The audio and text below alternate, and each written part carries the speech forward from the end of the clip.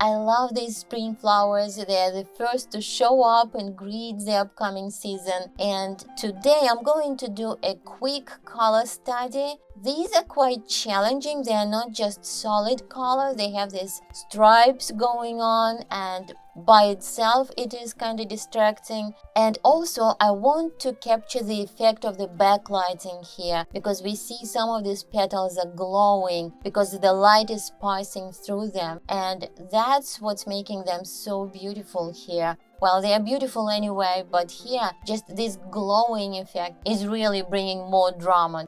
I'm not going to do a full commentary for this because, like I said, it's a study. I'm trying colors out, how they work together, but there are some principles that I am considering when I'm picking my colors, and I'm paying attention to values. That's number one. To make things look more three-dimensional, not flat, I have to use those lighter and darker colors, and here we definitely have that contrast between the lights and darks, and that illumination within the flower. Definitely that light, it needs to have enough contrast around it so that it stands out.